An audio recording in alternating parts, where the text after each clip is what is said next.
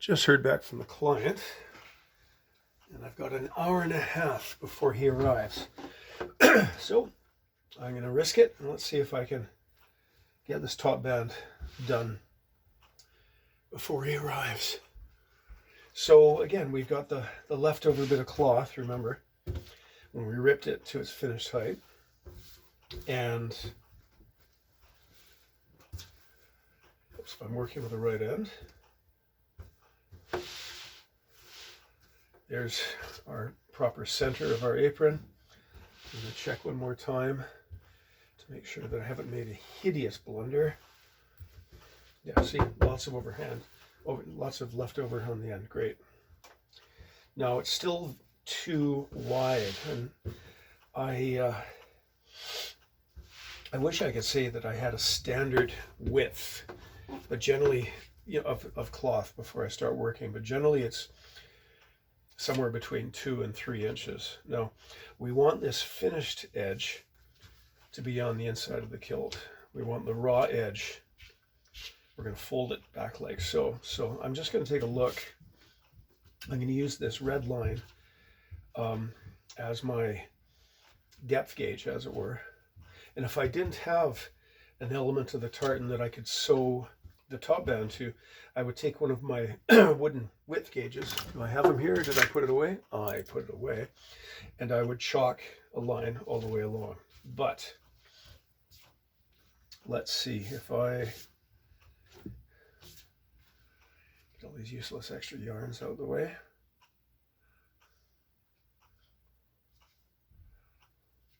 That looks about right. If I rip to there, that's dressed to the top. I fold it back. I've got the division between the gray and the black here to make to refer to, so that as I sew this, I'm not making this more narrow or wider. And if I cut there, or if I rip there, that dress that up with the top of the kilt, and you can see now why this basting is so important, because this baste is holding the canvas in correct alignment. It hasn't slipped down. So, okay, so if I'm like that, and I fold back like that, I've got a little over an inch, which is good. And that's going to be particularly important here, where the kilt gets about 3 times as thick. Okay, good. I can go with that. Pull down my shears. I cut to there. I cut that notch.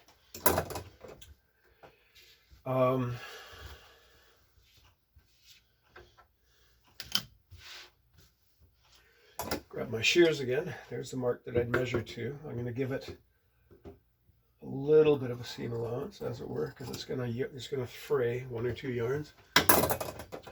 And I rip it.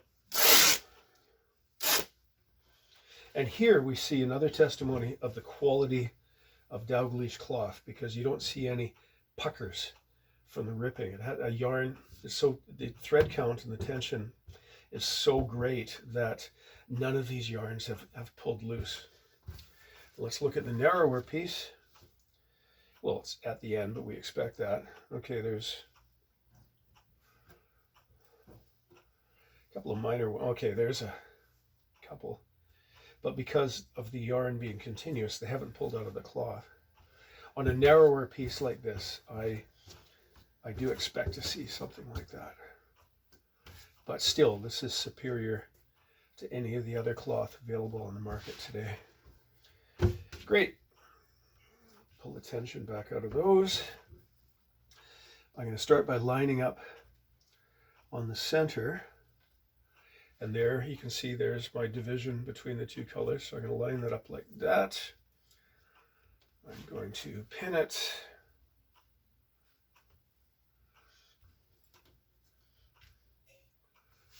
Pin it. Pin.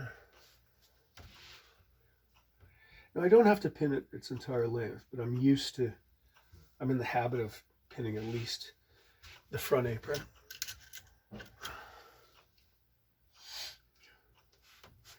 Like that. I fold it over and I bring it back, and one more pin. Now, some people will leave a generous allowance. I haven't gotten in the habit of it. What I do is I keep the rest of the roll of extra cloth, or I hand it to the customer and say, look, you hang on to this, put it in a Ziploc bag or something so the moths won't get it. You hang on to it so that in future, if your figure has changed, you can bring that and your kilt back, and the remainder of the cloth can become the new top band. Right, so we are sewing gray on gray, so I'm going to find my gray thread, which is here.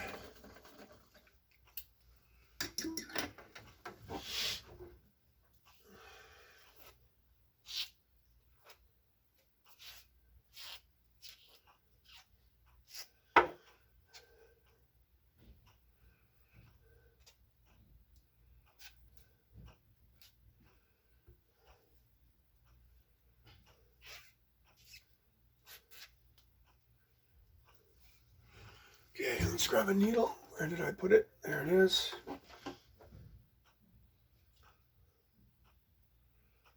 Oh, that is a small hole thread. Oh, there we are, eye of the needle. There we go.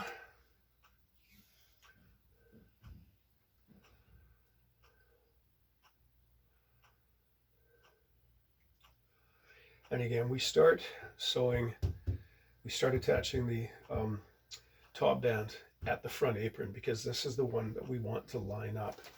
It won't, of course, it's not going to line up with the pleats, and only very, very, very rarely, and it'll be an accident, it'll just be a complete accident if it lines up with the inner apron. That happens sometimes, but you can't count on it, and it doesn't matter, because when the person's wearing the kilt, nobody can see the top edge of the front apron. Okay, so I'm going to anchor my stitch in the canvas and a back stitch.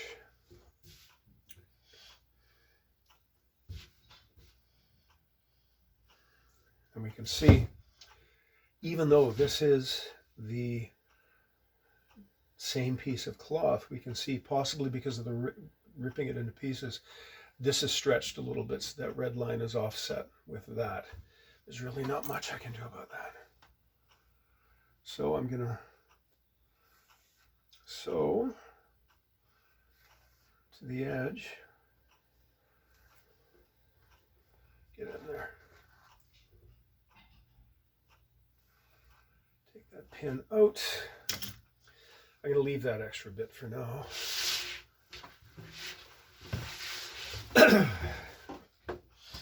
Now,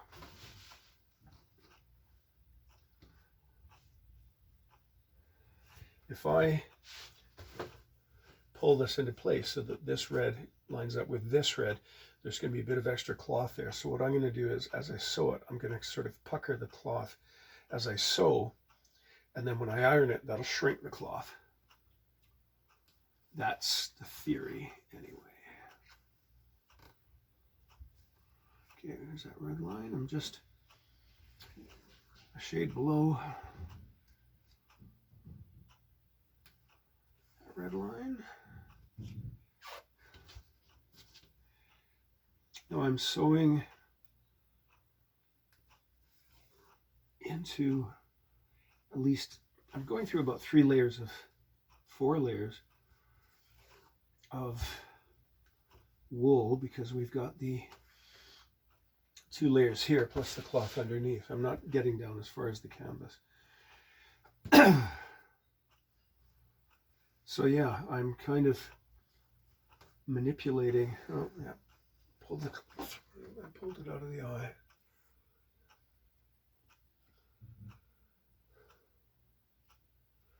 I'll be really happy if I can get this done before the client shows up. Oh, I got to resort to the old man zoom.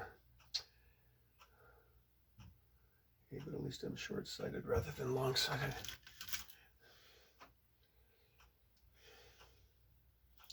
I mean, being far-sighted would be nice when I'm out on the water, but sitting on the tailor's bench, nearsighted wins the day.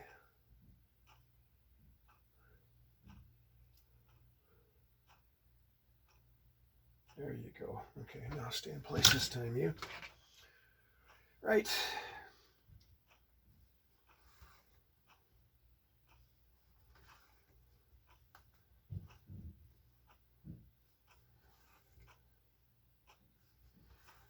I'm just going to keep going.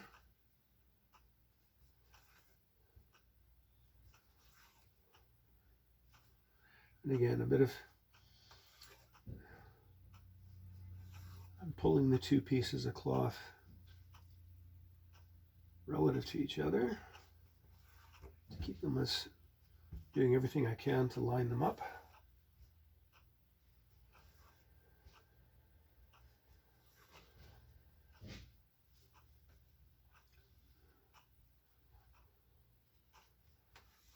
Okay, I've reached the end.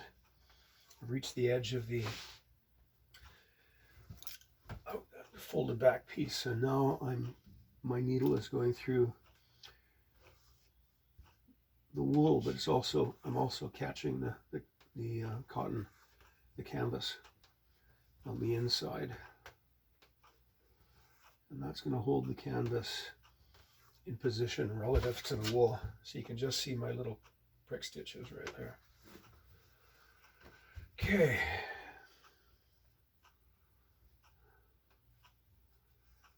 It's a sort of moment of truth time as I approach the center, because if these are off even by the width of a single yarn, it's going to be quite visible. But that being said, if somebody's wearing a waistcoat or a coat, it's not, the top band isn't immediately apparent, but at the same time, we always want to do the best we can.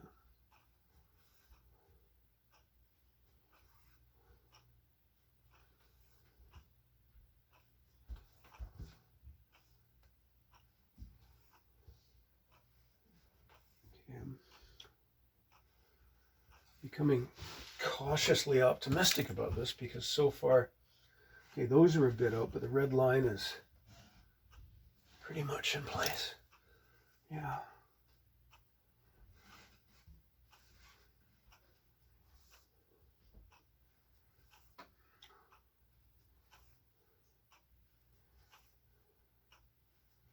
And there have been times, and I hope it won't be this time, because I don't really have the time to pull it out and do it again before the client arrives. If I'm sewing this today and I discover that I've made an error, I'm going to have to tear the whole top band off and just set it aside until the customer returns this afternoon after his fitting. Okay, now I'm going to have to stretch the cloth a wee bit to line the elements of the tartan up. And I'm running out of thread here, but I'm going to go through several fathoms, probably 4 or 5 fathoms of thread before I reach the end of this. Okay, I'm getting close to, I almost don't have enough. And the temptation is to sew until you don't have enough, but 2, 3, pass a knot, pass it through the full width of cloth. I'm going to back stitch it a couple of times. And I'm going to leave that tail hanging out so that when I'm sewing on the inside, I can tie that off for another level of, another measure of security. Okay, double checking. You see how a few strands have come off. Just double checking to make sure. Yep, good. I haven't made a tragic mistake yet. running low on this gray thread. Good job that this top band is about the only remaining job in this kilt. It requires gray thread, although I'm probably going to use a fair amount of it when I'm sewing that plaid. So to that end, I think we'll see how my day goes. I may have to drop everything and run over to my thread supplier again.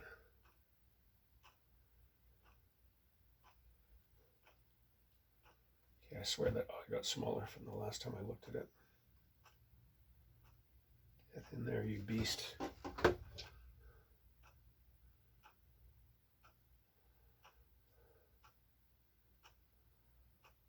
There we go. Right.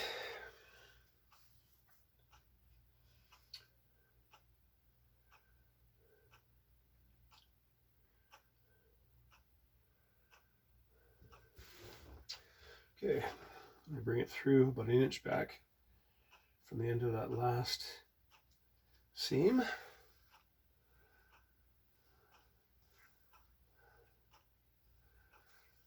And now, yeah, so I'm using my right hand to manipulate the crease, well, manipulate the cloth. Good. Oh.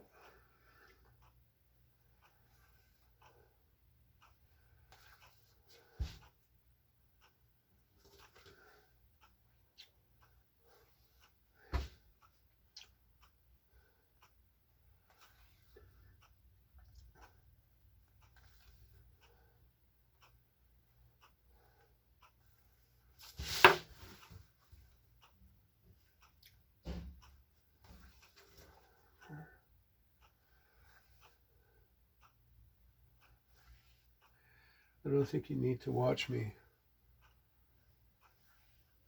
sew this the whole way. I can't really think of any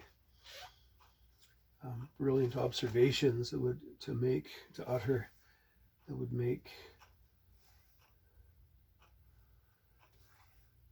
my leaving the tape running worthwhile. Tape, yeah, who uses tape anymore? On the other hand, if I just keep sewing, if I don't break my stride to get up and shut the camera off, I'm saving a bit of time. Now I notice that the tendency is, left to my own devices, to make a deeper, to sew down into the fill. So that's the great thing of having that reference line right there, that I can just check. With 2 reference lines, the transition between gray and black on the top band and the red line on the kilt.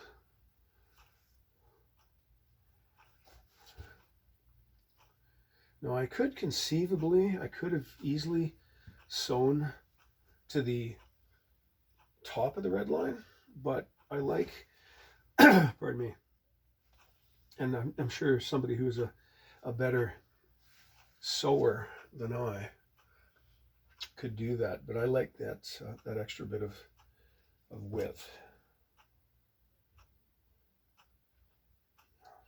Come on, there we go.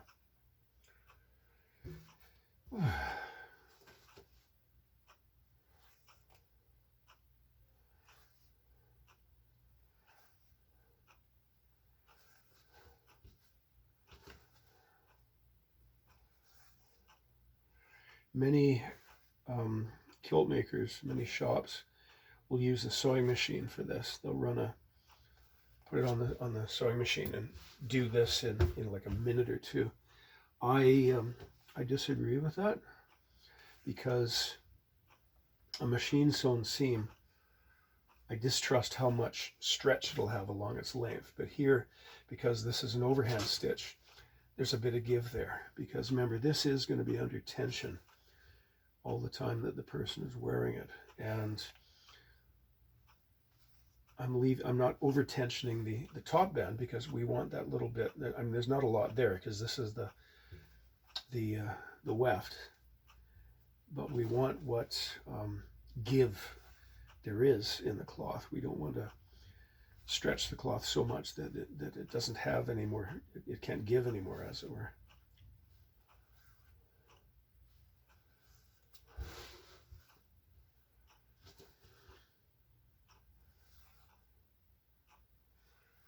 Time is good. I still have, I could have half an hour to 45 minutes. So unless I make a massive clanger, this will be ready for them.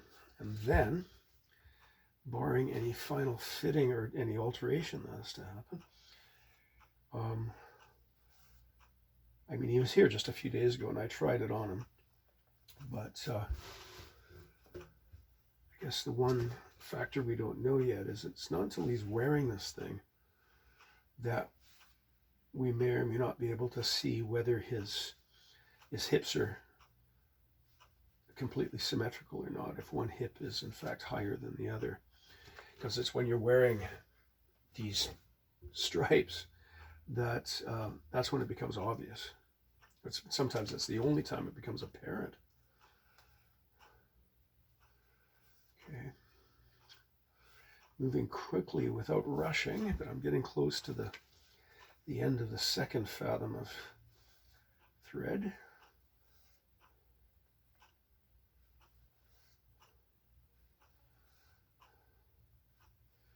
I think I'm sewing about 6 stitches per inch right now.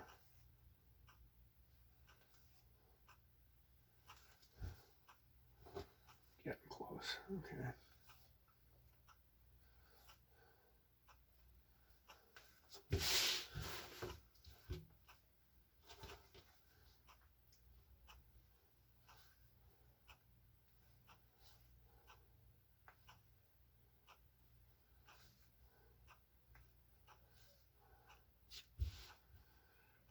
Yeah, the urge to just keep sewing is pretty strong. Let's make it to that red line. Okay, and 1, 2, 3, knot, and pass it through, and a back stitch, and a back stitch. Good, and again, we'll tie that off when we come around again on the inside. Ah, more thread. Yeah, I'm definitely getting towards the end of the spool. And my wax.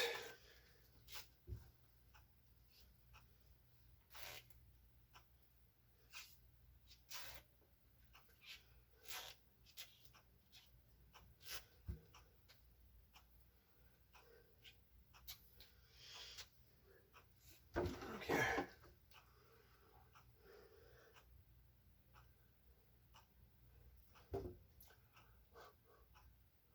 I could just pull down another needle that has a larger eye, but heck with it. For heaven's sake, get in there. There we go.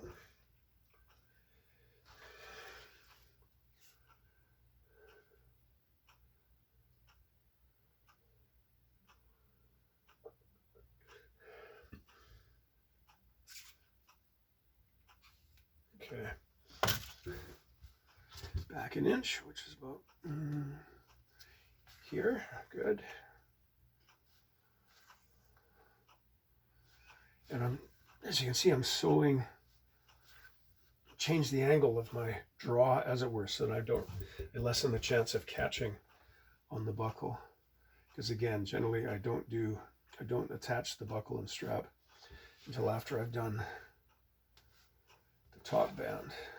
But okay, you can hear the faint click of the needle as it bottoms out against the quilting mat, which is protecting the surface of the table.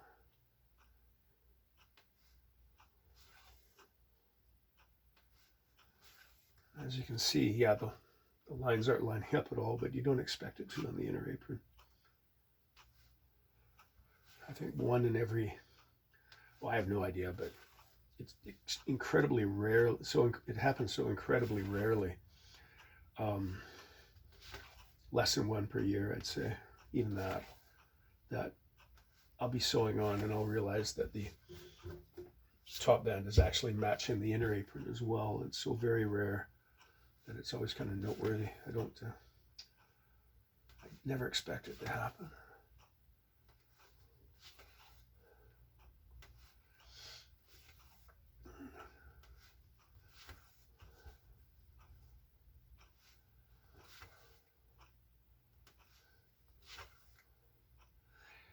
Yeah, again, having the camera rolling while I'm doing this actually boosts my productivity, because left to my own devices, given that I'm the boss, I might do some sewing and then wander away to do something else. And, okay.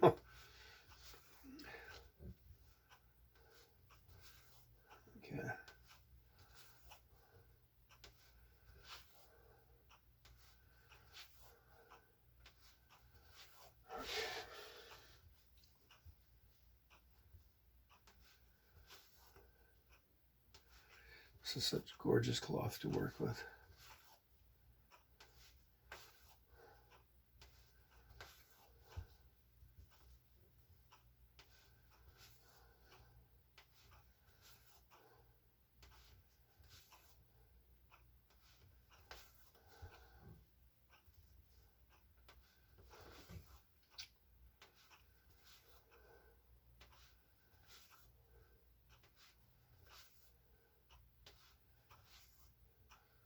I hope my head isn't blocking the shot there.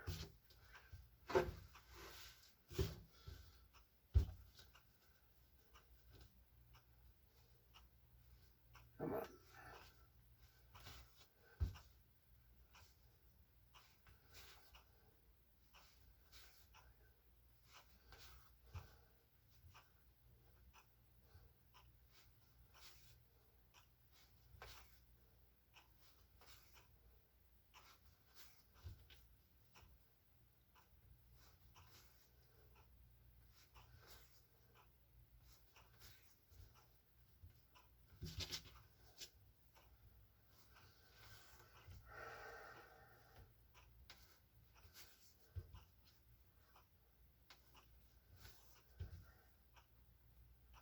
Okay, there we are, finished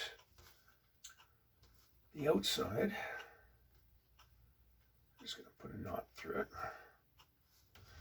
I'm going to turn around. Now, before I start sewing there, I can undo these bastes as far back as there, because of course you can see the stitching is now holding the canvas in place. This is where I sometimes lose the basting thread because my top stitching is passed through it. I'm just grabbing a Sharpie. This one appears to be the sharpest one. This is the point where I sign my work.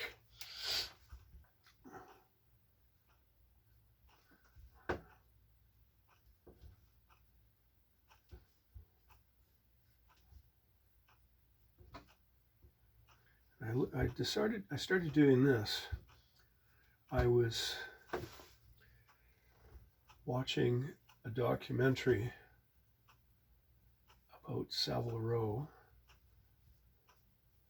and the tailor was tearing down a dress coat from the royal household. It was, that very ornate embroidered coat, and it was over 100 years old. And he was tearing it down because he was going to recycle what he could of gold lace and such like that. And as he tore down as he dismantled the sleeve, there was the signature of the tailor that had made this coat in something like 1905, 1906. And he commented on that, says, yeah, that's good work. And from that point forward, I decided I was going to sign my work here on. The customer won't see it because it's going to be hidden by the top band and the lining, but I know it's there. Okay, it's October now, isn't it?